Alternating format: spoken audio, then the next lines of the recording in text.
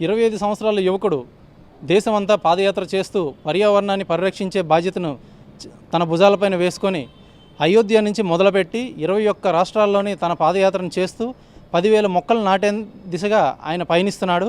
అయితే ఈ క్రమంలో ఆయన ఆంధ్ర రాష్ట్రంలోని శ్రీకాకుళం జిల్లాలోకి ప్రవేశించి న్యూ బ్లడ్ బ్యాంక్ శ్రీకాకుళం యందు ఆయన ప్లాంటేషన్ చేయడం జరిగింది. ఈరోజు ఈ యొక్క అశుతోష్ పాండే అనే వ్యక్తి అసలు ఈయన ఏ ఉద్దేశంతో మొదలుపెట్టాడు, ఎంతవరకు దీన్ని తీసుకువెళ్తాడు అనే దానిపైన ఆయన మాటల్లోనే విందాం.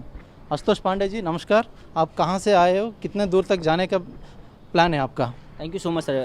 मैं उत्तर प्रदेश सुल्तानपुर ज़िले का रहने वाला हूँ। 4 दिसंबर 2022 को मेरी यात्रा अयोध्या से शुरू हुई।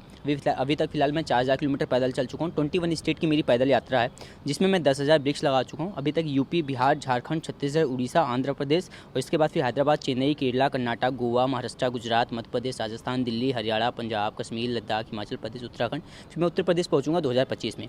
इसके बीच में 10,000 ट्रीज़ प्लान करूँगा ऑल ओवर इंडिया में। 21 स्टेट के चीफ मिनिस्टर से, वहाँ के क्लाइमेट मिनिस्टर से मिलने के बाद इसमें एक एजुकेशन पॉलिसी बनाने की डिमांड की जा रही है। बेसिकली ये है कि भारत की जो जनसंख्या है वो भारत की सबसे बड़ी प्रॉब्लम है। 1952 में मेरे पास 52 करोड़ लोग थे, अभी मेरे पास में 142 करोड़ के समथिंग लोग हैं। तो फिलहाल स्कूल के अंदर अगर हम पॉलिसी बनाने में कामयाब हो पाएँ, एजुकेशन पॉलिसी इंट्रोड्यूस करने में कामयाब हो पाएँ, तो एक रेवोल्यूशन देखने के लिए मिलेगा। इसी को लेकर मैं कलेक्ट्रेट से और मुख्यमंत्री जी से मिलता हूँ, और उनसे मिलने का यही है कि क्लास 1 से लेकर क्लास 12 के बीच में बच्चों को पेड़ दे जाए, बच्चा उस पेड़ को प्लांट करे और एनुअल ग्रोथ के बिहार पर उसको बोनस मार्क्स दीजिए। अगर ये करने में कामयाब होते हैं तो सिर्फ अगर हम उड़ीसा की बात करें, यहाँ पे आंध्र प्रदेश की बात करें तो यहाँ पे 50 लाख पेड़, और पूरे देश में बात करें तो 20 करोड़ से ज़्यादा पेड़ लगाने में कामयाब हो पाएंगे। लेकिन फिलहाल जब मैं श्रीकाकुलम पहुंचा, कल मैं पहुंचा हूँ श्रीकाकुलम शाम को। यहाँ पहुंचने के बाद यहाँ पे फिलहाल blood donation Srikakulam new blood donations की टीम आई, जो मुझे प्रॉपर तरीके से प्रोटेक्ट किया और उसके साथ हमारी प्रॉपर रहने की, खाने की पूरी व्यवस्था करवाई गई। आज हम लोग साथ में गए और यहाँ पे जो हमारी एसपी मैडम है उनसे मुलाकात हुई, उनको वृक्ष दिया गया। वृक्ष देने के साथ साथ उनसे डिमांड की गई कि मैम इसको एक प्रॉपर आप इंट्रोड्यूस करिए, या फिर एक सोशल एक्टिविस्ट की तरह आप भी थोड़ा सा एक इनिशिएटिव्स लीजिए। और अगर आप इनिशिएटिव्स लेते हैं तो यूथ के ऊपर बहुत बड़ा इंपैक्ट पड़ता है, बिकॉज आप एक कहीं ना कहीं सिटी, आप एक ज़िले को रिप्रेजेंट करते हैं। तो उसके बिहार पर उनसे रिक्वेस्ट किया गया, और इस कॉज को लेकर फिलहाल सर के द्वारा बाकी कुछ दीदी थी जो मेरे साथ जुड़ी हुई थी, जिन्होंने मुझे बहुत प्रोटेक्ट किया। और बहुत, क्योंकि आप पता है कि आप जब आंध्र प्रदेश में आए हो तो यहाँ पे लैंग्वेज फियर है बहुत ज़्यादा। लैंग्वेज फियर होने की वजह से आप बहुत ज़्यादा ईजिली कम्युनिकेट नहीं कर पाते लोगों के साथ। तो वहाँ पर कहीं ना कहीं जब सर का सपोर्ट मिलता तो बहुत बड़ा मोटिवेशन कहीं ना कहीं देखने के लिए मुझे मिला। आई होप मुझे आगे भी आंध्र प्रदेश से सपोर्ट ऐसे ही मिलता रहेगा, आप सभी का प्यार सपोर्ट मिलता रहेगा। इस सफ़र में आप किस किस से मिले थे? अभी तक फ़िलहाल मेरी बिहार के, झारखंड के और छत्तीसगढ़ के मुख्यमंत्री से मुलाकात हो गई है, पर्यावरण मंत्री से मुलाकात हो गई है, और इसके बीच में 54 कलेक्ट्रेट से मुलाकात हुई है, क्योंकि अभी तक मैं 57 सिटीज़ को क्रॉस करते हुए आया हूँ। 62 स्कूल में सेमिनार्स किया हूँ, 1100 प्लस मेरे गाँव हो चुके हैं। तो इसके बीच में जो कलेक्ट्रेट हैं और जो चीफ मिनिस्टर और क्लाइमेट मिनिस्टर से मुलाकात हुई है मेरी। कितने पौधे लगाए थे आप? मेरी अभी तक मैं 1100 प्लस ट्री लगा चुका हूँ। मेरा जो टारगेट है इंडिविजुअल लेवल पे वो 10,000 है। बाकी 10,000 पेड़ लगाने के बाद जब मेरी यात्रा खत्म होगी 2025 में अयोध्या में, तो मैं 1 लाख पेड़ वहाँ पे लगा रहा हूँ। लेकिन अभी बिकॉज अपनी यात्रा शुरू करने से पहले मैंने अपनी जॉब रिजाइन करी। इसके पहले मैं 7 साल से एजुकेशन डिपार्टमेंट के लिए वर्किंग था, as a business and marketing in मेरी पोजीशन रही है। उसको रिजाइन करके सेल्फ फंडेड होकर इस काम को मैं कर रहा हूँ। तो इस सफ़र के बीच में आप किस किस से मिलने वाले थे और कहाँ कहाँ आप ठहरने वाले थे? आपको कौन कौन सपोर्ट कर रहे थे? मेजर जो चीज़ें हैं ये लोकल पीपल के साथ में कहीं ना कहीं कम्युनिकेट होता है। अब जिसमें नसनपेटा पहुंचा था, मेरी सर से मुलाकात हुई थी, और सर वहाँ पर पूरा मेरी व्यवस्था करवाए थे। सर ने कनेक्ट किया था हर जगह। तो लोकल पीपल्स जो होते हैं उनके साथ कहीं ना कहीं लोग मुझे कनेक्ट करते हैं। दूसरा एनजीओ जो हैं, जो लोकल एनजीओ जो बहुत ग्राउंड लेवल पे काम कर रही हैं, वो एनजीओ जब प्रोटेक्ट करती हैं तो आपको एक बहुत बड़ा मोटिवेशन कहीं ना कहीं मिलता है। तो मुझे 2-3 लोग, जैसे कि अगर देखा जाती है एनजीओ, कुछ एनजीओ मुझे प्रोटेक्ट करती हैं, कुछ लोकल पीपल्स होते हैं, उनको कई बार ऐसा होता है आपको खुद ही सारी चीज़ें वेयर करनी पड़ती है। तो मतलब अगर मैं रेशियो निकाल देखूँ तो 60% ऐसा होता है कि आप सेल्फ वेयर करते हैं, 40 टाइम ऐसा होता है कि बहुत सारे लोग आपको प्रोटेक्ट करने के लिए आ जाते हैं। इस पद यात्रा में आपने कौन कौन सी मुश्किलें सामने करना पड़ा?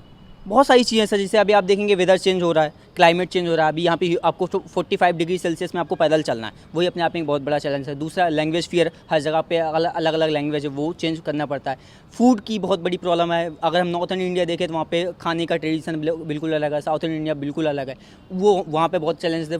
और मेरे साथ क्या है कि मैं फुली वेजिटेरियन हूँ, तो यहाँ पर मुझे जो होटल मिलते हैं नॉन वेजिटेरियन, अगर नॉन वेज होटल्स हैं तो उसमें मैं दिन में खा नहीं पाता हूँ, तो वो भी बिना खाया पैदल चल रहे होते हैं, जूस वगैरह कैरी कर रहे होते हैं।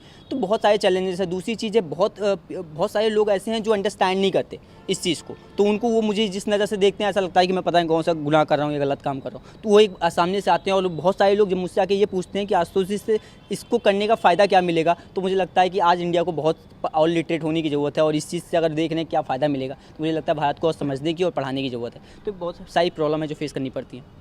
आपको लगता है कि सफलतापूर्वक आप ये इस पद यात्रा को पूरी कर पाओगे? सर, जब आप कहते हैं कि असफलता एक चुनौती है, इसे स्वीकार करो, क्या कमी रह गई देखो और सुधार करो, जब तक न सफल हो नींद चैन को त्यागो तुम, संघर्ष का मैदान छोड़कर मत भागो तुम, कुछ किए बिना ही किसी की जय जयकार नहीं होती, कोशिश करने वालों की कभी हार नहीं होती, कोशिश करने वालों की कभी हार नहीं होती। मेरा सिर्फ एक काम है सर, ईमानदारी से कोशिश करना। मैं रिजल्ट ओरिएंटेड होने की कोशिश नहीं करता। राम भगवान की नगरी चला हूँ, उनके ही विचारधारा को लेके मैं चल रहा हूँ, और मेरा सिर्फ एक काम है, और इतिहास गवाह है कि जिसने भी भारत की ज़मीन ईमानदारी से नापी है उसने भारत में बहुत कुछ न बदला हो बट छाप जरूर छोड़ी है। तो मुझे इतना विश्वास है, अगर मैं पूरी ज़मीन ईमानदारी से नाप रहा हूँ तो आंध्र प्रदेश से लेकर कश्मीर, कन्याकुमारी से लेकर कश्मीर तक अपनी छाप जरूर छोड़ूंगा, और अगर वो छाप भी छोड़ दिया ना तो अपने जीवन का जो सबसे बड़ा काम है वो मैं कर दूंगा सर। तो इस काम को तो आप प्रधानमंत्री मोदी जी तक भी तो पहुंचा सकते हैं, तो उस प्रयास किया कि नहीं किया आपने? मैं ऑलरेडी जब मैंने अपनी यात्रा शुरू की, मैंने सेंट्रल को सूचित किया और होम मिनिस्ट्री को और प्रधानमंत्री जी को, राष्ट्रपति जी को मैंने ज्ञापन दिया है। उसके साथ जब मैं जिस भी ज़िले में जाता हूँ कलेक्ट्रेट को मैं ज्ञापन देता हूँ, जिस भी मुख्यमंत्री के यहाँ जाता हूँ पहले उनको मेल कर दिया जाता है और उनके यहाँ पहुँचने के बाद एक हार्ड कॉपी उनको दी जाती है। ऑलरेडी मीडिया के थ्रू कहीं ना कहीं हर जगह कम्युनिकेट किया जा रहा है। तो यही है कि सर जितना मेरे पास में है, जो मेरे पास में पावर है, उसके थ्रू मैं उनको इंट्रोड्यूस कर रहा हूँ। और 2025 में जब मेरी यात्रा खत्म होगी तो मैं डायरेक्टली अप्रोच करूँगा उनसे मिलने के लिए। अपने मुख्यमंत्री जब मैं योगी आदित्यनाथ जी से मिलूंगा तो मैं उनसे अप्रोच करूँगा कि प्लीज़ इसको संज्ञान में ले जाए, क्योंकि आपको सेंट्रल के लिए काम करना तो आपको मुख्यमंत्री जी से, प्रधानमंत्री जी से और राष्ट्रपति जी से तो स्वाभाविक सी चीज़ है, इसको आपको सूचित करना पड़ेगा। तो मैंने ऑलरेडी उनको सूचित किया है। प्रॉपर जो एक प्रोपोगेंडा होता है इसके बीच का, उसको मैं फॉलो कर रहा हूँ, और एक जो लॉ एंड ऑर्डर होता है उसको प्रॉपर फॉलो करते हुए मैं इस यात्रा को कर रहा हूँ। आगे चल के गवर्नमेंट के ऊपर है कि इसको इस वाले पॉइंट को कितना संज्ञान लेती है, और क्योंकि ये अगर सिर्फ एक सब्जेक्ट है तो शायद उसको नहीं लेगी, बट अगर ये इमोशन है जिस काम को मैं कर रहा हूँ, अगर ये इमोशन है तो शायद इसको गवर्नमेंट भी ध्यान देगी। आज नहीं तो कल लोग फोकस करेंगे, और जब फोकस करेंगे तो शायद मुझे लगता है बहुत कुछ चेंज होगा सर। यदि कोई ये कहते हैं कि आपको सिर्फ आप नाम कमाने के लिए निकले हो आप घर से इस प्लकार्ड को लेके, तो मैं कहता हूँ आप भी चलिए मेरे साथ में, आप भी नाम बना लीजिए ना, क्या प्रॉब्लम है? आप भी तो चाहते हो ना एंड ऑफ द डे आपका नाम बने, हर इंसान चाहता है उसका नाम हो। तो आप जो आ जाओ मेरे साथ में, कुछ अच्छे काम करने से अगर नाम बनता है तो नाम बनाने में बुराई नहीं है। अगर कोई सोशल मीडिया पे दिन भर गाली दे रहा है, उसका नाम बन रहा है, तो फिर मैं अच्छा स्लोगन अपने भारत का तिरंगा अपने कंधे पे 24 महीने टांग के घूम रहा हूँ, तो मेरा तो नाम होना स्वाभाविक है सर, क्योंकि मैं राष्ट्र के लिए काम कर रहा हूँ। और अगर मैं राष्ट्र के लिए काम कर रहा हूँ उसके बाद मेरा नाम हो रहा है तो मुझे कोई तकलीफ नहीं है सर। फिर आप किस विभाग में सेवा दिए थे? मैं एजुकेशन डिपार्टमेंट के लिए वर्किंग था, प्राइवेट लिमिटेड कंपनी थी। बेसिकली हम लोग कॉम्पिटेटिव एग्जाम को तैयार करते थे, सारे सिविल सेगमेंट से लेकर technical, teaching, defence one day examination को लेकर। पिछले 7 साल से मेरा एजुकेशन डिपार्टमेंट रहा, तो मैं उनके लिए वर्किंग था, और मेरी 80,000 सैलरी थी, जिसको मैंने रिजाइन करी है। वैसे आपने कहाँ तक पढ़ाई की? मेरी ग्रेजुएशन कंप्लीट हुई 2017 में मैथ ऑनर से। उसके बाद फिर मैं बहुत जल्दी ही जॉब में आ गया था, और तब से मैं 7 साल से वर्किंग प्रोफेशन में हूँ। और वैसे एक्टिवली अगर मैं देखा जाए तो मैं शेयर मार्केट में भी एक्टिवली काम किया करता हूँ, और मैं शेयर SEO एक्सपर्टीज़ हूँ यूट्यूब का, तो थोड़ा बहुत स्किल्ड है, जिसके बिहाफ पे मुझे जो फाइनेंस फियर होती है ना, भारत में जो सबसे बड़ी प्रॉब्लम है वो है फाइनेंस फियर की। तो मैं यूथ को यही बताना चाहता हूँ, एजुकेशन एक्वायर करना वो आपकी नीड है, क्योंकि आपके इंट्रापर्सनल को चेंज करती है। बट अगर फाइनेंस फियर खत्म करना है तो आपको स्किल एक्वायर करना पड़ेगा, जिसके बिहाफ पर आपका फाइनेंस फियर खत्म होगा। तो दोनों चीज़ें अलग है। आज हम पढ़ते हैं पैसा कमाने के लिए, यही हमारे लिए सबसे बड़ी प्रॉब्लम है। अगर हम ये पढ़ें कि हमारा अपना इंट्रापर्सनल चेंज करना है, देन हम सोसाइटी को चेंज कर पाएंगे। और अगर हम स्किल एक्वायर करें बिहाफ टू फाइनेंस फियर, तो मुझे लगता है हमारा फाइनेंस फियर भी खत्म होता चला जाएगा। तो आपको श्रीकाकुलम में आने के बाद किसने आपको मदद दी? यहाँ पर आने के बाद सबसे पहले तो मेरे साथ सर खड़े हुए हैं, थैंक यू सो मच। पता नहीं हिंदी समझ पा रहे हैं कि नहीं समझ पा रहे, लेकिन सर के द्वारा सपोर्ट मिला मुझे। और उसके बाद जब मैं नरसनपेटा पहुँचा था तो मुझे सर मिले थे, सर के द्वारा सपोर्ट मिला था मुझे। उसके बाद अभी सर आए मेरे साथ में, तो हम लोगों ने काफ़ी कम्युनिकेट किया।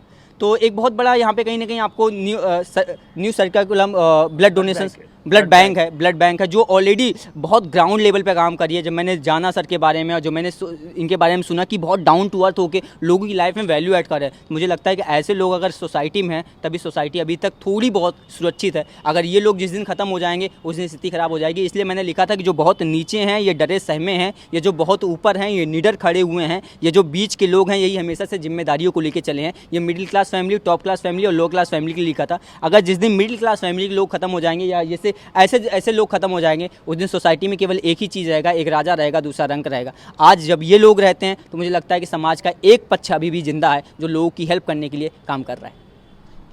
అశుతోష్ పాండే చెప్పిన దాని ప్రకారం న్యూ బ్లడ్ బ్యాంక్ శ్రీకాకుళం వారు చాలా సహాయ సహకారాలు అందించారు. అయితే న్యూ బ్లడ్ బ్యాంక్ శ్రీకాకుళం మణిగారితో సార్ అసలు ఇతను మీకు ఎలా కలిశాడు, ఎక్కడ కలిశాడు, ఇతను మీకు ఏం చెప్పాడు, మీరు ఎవరెవరిని తీసుకుని వెళ్ళి ఏమైనా మోటివేట్ చేశారు? యాక్చువల్లీ అశుతోష్ పాండే గారు మన నర్సన్పేట నుంచి నడుచుకుంటూ వస్తుంటే మన తేజ గారని ఒక వ్యక్తి మా బ్లడ్ బ్యాంక్ తాలూకా ఎన్జిఓ ఒక ఫౌండర్, ఆయన సుప్రజ గారు అలాగే నేను మన జై శ్రీరామ్ గారు ఇలా కొన్ని ఫౌండేషన్స్ అందరం కూడా ఈరోజు ఎస్పీ గారికి కలవడం జరిగింది. పర్యావరణం మీద ఇప్పటిదాకా మన శ్రీకాకుళం జిల్లాలో సైకిల్ యాత్ర అనేది చాలామంది చేసుకొని వచ్చారు. Blood bank motivation, blood donation మీద అవేర్నెస్ కోసం వచ్చారు. పర్యావరణం మీద, ప్లాస్టిక్ మీద, ఇలాగ అన్నిటి మీద మనకి ఈయన వచ్చి ఇలా మన ఊర్లో మన జిల్లాలో చేస్తున్నారని తెలియగానే ఆయన అప్రోచ్ అయ్యి మనం new Srikakulam blood bank shutter ఇచ్చి ఆయనకి ఏం కావాలో సదుపాయాలు చూసుకొని అలాగే ఫర్దర్గా హైదరాబాద్ వరకు ఎక్కడెక్కడ ఆయన స్టే చేస్తున్నారో చూసుకొని మళ్ళీ ఫాలోఅప్ చేసి లోకల్ ఎన్జిఓస్ అందరికీ మోటివేషన్గా ఒక మోటివేటర్గా పర్యావరణం మీద ఈయన చెప్పిన కొన్ని సూత్రాలు ఏంటంటే 1వ తరగతి నుంచి 12వ తరగతి వరకు విద్యార్థులు ఎవరున్నారో ఆ విద్యార్థులకి ప్రతి నెల ఒక్కొక్క మొక్క చొప్పున 12 నెలలకి 12 మొక్కలు చొప్పున అలా వేసినట్లయితే మన సృష్టిలో పర్యావరణాన్ని మన చేతుల మీద మనం కాపాడుకునే విధంగా ఆక్సిజన్ లెవెల్స్ పెంచుకునే విధంగా ఏ వైరస్ వ్యాధి అనేది వ్యాపించకుండా వ్యాధులకి దూరంగా ఉండేటట్టుగా మనల్ని మనం కాపాడుకునే శక్తి మనకిస్తుందని ఆయన చెప్పడం, ఈరోజు మా ఎన్జిఓస్ అందరూ కూడా యునైటెడ్ ఎన్జిఓస్ అన్నీ కూడా కలిసి ఈరోజు ఆయన ఫాలో అయ్యి ఒక మంచి విషయాన్ని మేము తెలుసుకొని ఇది పిల్లలకి స్కూల్స్కి కాలేజెస్కి వెళ్ళి అవేర్నెస్ చేస్తామని ఈరోజు మేము మాటిస్తున్నాం ఆయనకి. ఈ విధంగా ఈయన చేసిన ఒక ప్రయత్నం మేము మాకు తెచ్చి ఇవ్వడం, మేము దాన్ని బయట ప్రపంచానికి అంటే మన శ్రీకాకుళం జిల్లా వాసులకి అది చేరవేయాలని ఒక అవేర్నెస్ ప్రోగ్రాంలో కండక్ట్ చేద్దామని ముందు సహకరిస్తారని తెలియజేసుకుంటున్నాం సార్. థ్యాంక్ యూ మణి గారు. అశుతోష్ పాండే అనే వ్యక్తి 25 సంవత్సరాల వయసు గల ఈ వ్యక్తి ప్రస్తుత సమాజంలో చూసుకున్నట్లయితే యూట్యూబ్, ఇన్స్టాగ్రామ్, ఫేస్బుక్లు అంటూ చాలా బిజీ లైఫ్లోని తన యవ్వనాన్ని అంతా గడిపేస్తున్న కుర్రవాళ్ళు ఎంతోమందిని చూస్తున్నాం. అయితే అశుతోష్ పాండే మాత్రం 25 సంవత్సరాల వయసులోనే తను చేస్తున్న వృత్తిని పక్కన పెట్టి పర్యావరణాన్ని పరిరక్షించే దిశగా అడుగులు వేస్తూ 10,000 కిలోమీటర్లు నడుస్తానని తనకు తానుగా మాట ఇచ్చుకొని ప్రధానమంత్రికి కార్యాలయానికి తను అర్జీ పెట్టుకుని ప్రతి ఒక్క రాష్ట్రంలోని ప్రతి ఒక్క జిల్లాలోని డిస్ట్రిక్ట్ కలెక్టర్లకి ముందుగానే సూచన ఇచ్చి ఆయన జిల్లా ఆ పరిసరాల్లోకి ప్రవేశించి తన యొక్క మనసులో ఉన్న మాటని ప్రతి ఒక్కరికి చెప్పి 1వ తరగతి నుంచి 12వ తరగతి మధ్యన ప్రతి ఒక్క పిల్లవాడికి సంవత్సరానికి ఒక మొక్క చొప్పున ఇస్తే తన విద్యాభ్యాస కాలం అందు 12 మొక్కలను తను నాటి తన వంతుగా తను ఈ సృష్టికి రిటర్న్ గిఫ్ట్ ఇచ్చి పర్యావరణాన్ని పరిరక్షిస్తాడనే దిశగా ఆయన అడుగులు వేస్తూ ఆయన కొనసాగించడం జరుగుతుంది. ఆయన ఈ ప్రయాణం చాలా విజయవంతంగా ముగియాలని కోరుకుంటూ కెమెరామెన్ రామకృష్ణతో సురేష్, RTV శ్రీకాకుళం.